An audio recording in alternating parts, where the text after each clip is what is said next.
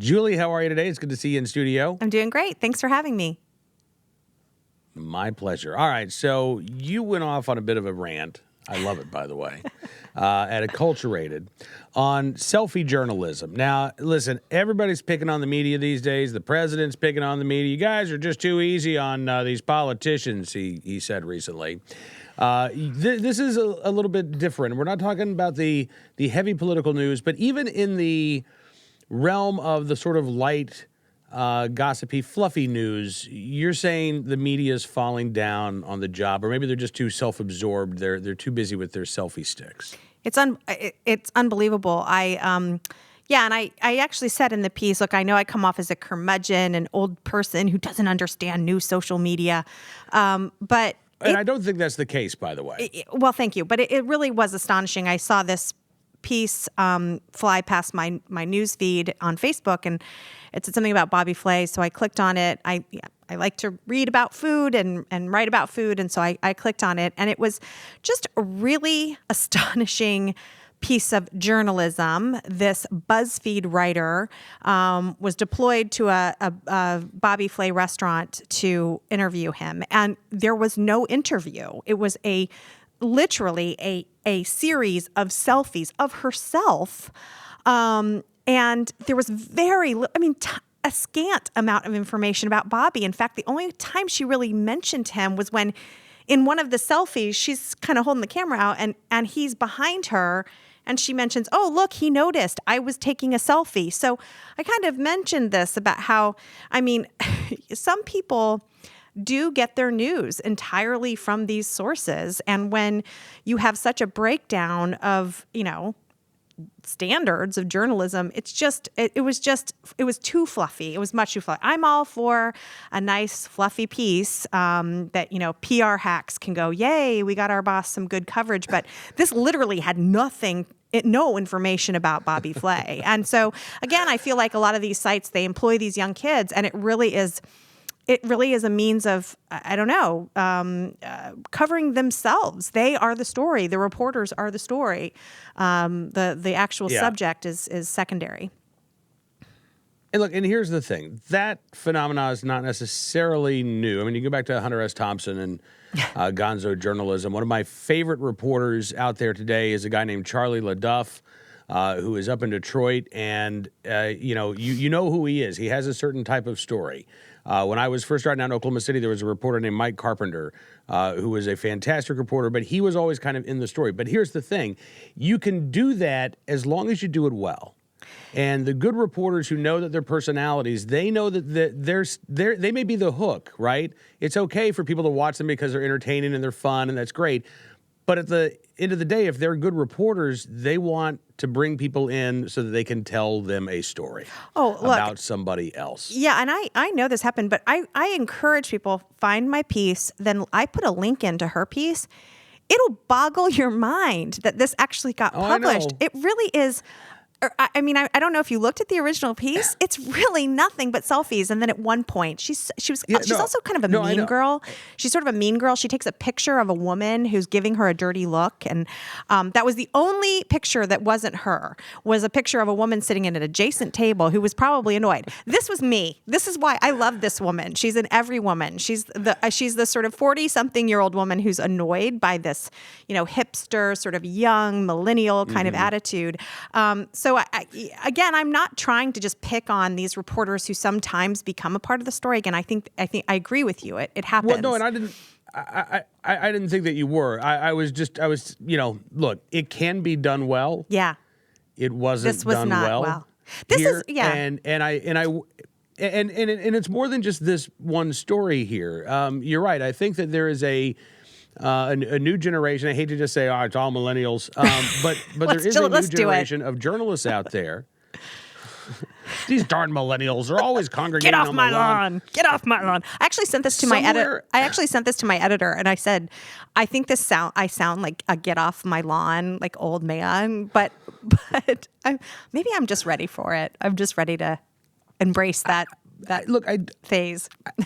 I don't think that you are. I think that this is a a very logical response to a media that is failing to do, again, even the fluffy stuff right. Yeah. They're not even getting the fluffy stuff. This should be the easy stuff, as you say. They're not even getting this right. You know, somewhere along the line, I think that a lot of broadcast journalists decided that they wanted to be Jon Stewart. Right. And being snarky was more fun than being serious all the time. It's also easier to be snarky than it is to be an investigative journalist and a real watchdog. Yeah. So, you know, we've got the Jon Stewart phenomenon happening in broadcast media. I think that, you know, the rise of the blogger a decade ago has, for better or for worse, and probably both ways, changed online media. And so it is very much about not just building the brand of, you know, BuzzFeed, but every reporter is out there trying to build their own brand as well. And I don't know where here's where I don't know. Where are the editors, Julie? I mean, where is the person at BuzzFeed who said, hey, Kaylin, you know, I kind of thought this was supposed to be about Bobby Flay. You know, I mean, like, where was that editorial judgment? You know, when I was first starting out as a reporter, my news director was a guy named Jerry Bonin, and he was a grizzled veteran of the newsroom, and he taught me a lot, and he was scary. And you know, you didn't want to go to Jerry with bad stuff because he would look at you with his eyeglasses and read it, and then look up at you and it'd say, this is crap. And, you know, and you knew that it was. Well, at the very Where least. Where is that person at BuzzFeed? But also, I mean, I'm not even asking for good reporting. I'm asking. And CNN I'm asking for content. Okay. Like, I'm talking about that. Like, there's nothing in this article, literally nothing in this article except the reporter's face. So I'm actually, I'm requiring, I feel like a pretty basic thing in a piece you've written, which is content. And so it doesn't even contain that. And you know, I think you're right. There's just the editorial standards have really gone down, and I get it, you know, so our culture has changed, so have these things, but we start to see it. We can laugh about this piece. And look, it's about a chef. It's about a celebrity chef. Who cares? But I think the trend actually becomes a real problem because we see it in other areas, the refusal of reporters to really look deep into scientific issues. And we see them, you know, there'll be a press release from an environmental group that says, this study says, and then it is astonishing to me. You can just Google the science or the activist organization and realize that that's not a good study. They don't even do that. On the gun debate, you know, you have reporters just repeating what they hear. They know nothing about guns. They know nothing about gun culture. They know nothing about, you know, why people want guns. And so they just promote this narrative. They're just told what to say. So, you know, this BuzzPeace post that I wrote, you know, yes, it made my head wanted to explode when I read it. But I think there's a more serious problem, and there's more serious questions about journalism. And this is just, you know, one example.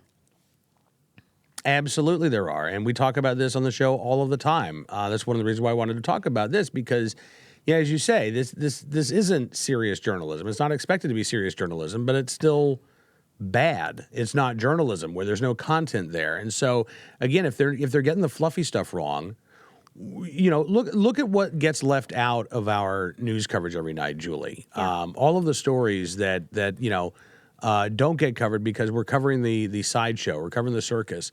And, you know, there was a report last week, hundreds of military dependents ordered to leave Turkey because of the deteriorating security situation there. Yeah. You know, that was not front page news. That was not, you know, a block of the nightly news. That was just sort of a minor little story. The only stories involving guns on the nightly news or in the newspapers or the mainstream media involves, you know, some horrific crime. You never hear stories in the mainstream media about women defending themselves, people defending themselves against, you know, rapists and murderers and you know, people who come in to rob them. I mean, you never hear these stories, and thank God for alternative media and NRA News and other things that does tell that story. Yeah, but I'll give you a perfect example of this. So, about a week and a half ago now, in Indianapolis, Indiana, there was a mom at home with her infant child. Yep. Guy breaks in. He's got a gun. He shoots at her. She's got a gun. She shoots back. He was found with a walkie-talkie and zip ties. Now, this was in Indianapolis. Do you know who lives in Indianapolis, Julie, or around the Indianapolis area? Shannon Watts, the head of Moms Demand Action. Here you have a mom in Indianapolis, defending herself and her child. Do you think any of the news stations sought a quote from Shannon Watts? Right. No. If they did, they didn't get one. And if they didn't get one, they didn't say. They didn't say they tried. We asked Shannon Watts for a comment. Right. And nothing.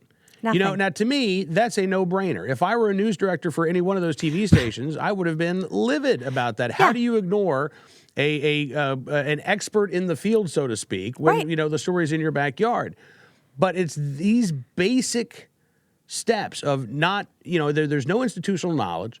There's no desire. What I see and what really I think bothers me, Julie, is that, you know, to me that sort of great ineffable quality of a reporter is you have to be curious. Yes. You have to have questions. Yes. You have to always have questions. Yes. And I don't see that. I don't see. I see. There is a narrative. I see a desire.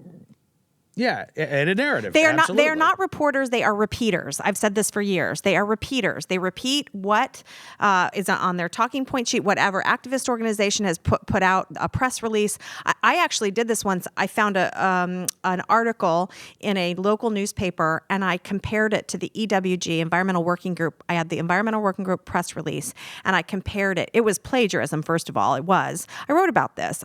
It was almost word for word. I mean, some editor had tinkered with like 3 or 4 words, but it was a word-for-word copy of the EWG press release, which was filled with lies, obviously. So I, of course, write a blog post on that saying, well, you know, actually it's not true, and this reporter really didn't do his job. I mean, that reporter should have been fired. I mean, that's plagiarism. So they don't even try to cover it up. They don't even try to hide it. They don't even try to just take a few concepts from the press release and put it. They will literally copy it. So there's a real problem in journalism. BuzzFeed's fluff pieces is a small part of it. It was very therapeutic to write this, but I think it's a problem that goes much bigger, and it goes much more beyond BuzzFeed and sort of this one run reporter. Well, listen, Julie, I appreciate you writing this. It was good to vent, and you know, you're always welcome to write a piece like this before you come on the show, and we can vent together. Thank you so much. Have a great week. Thanks for having me. Julie Gunlock with the Independent Women's Forum, and don't forget now at NRAnews.com you can check out. I should have mentioned this earlier, Julie, your trip to the NRA range with the women from the Independent Women's Forum. It's up now and available for all to see. We have to talk about that next week. It was amazing. It really, really was. All right, so next week we'll talk about it, and we'll maybe even play a little clip between now and then. All right, Julie Gunlock of the Independent Women's Forum with us here on NRA News, Cam and Company.